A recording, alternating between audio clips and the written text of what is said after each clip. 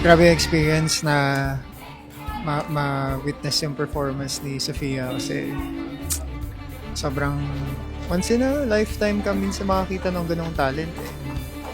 Ako, sobrang heartbroken pa rin ako na hindi kami pinili. Pero okay lang kasi Oh, I think kung saan man path siya, she's in good hands. As in, tsaka kay Coach Zach, she's in good hands. Yun lang talaga, sobrang heartbroken. Parang,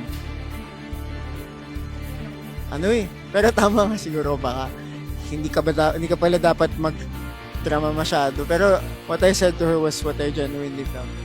What we genuinely felt. And, at the end of the day, at the end of this competition, it's gonna be just the world of music out there. And we genuinely wish the best for this kid.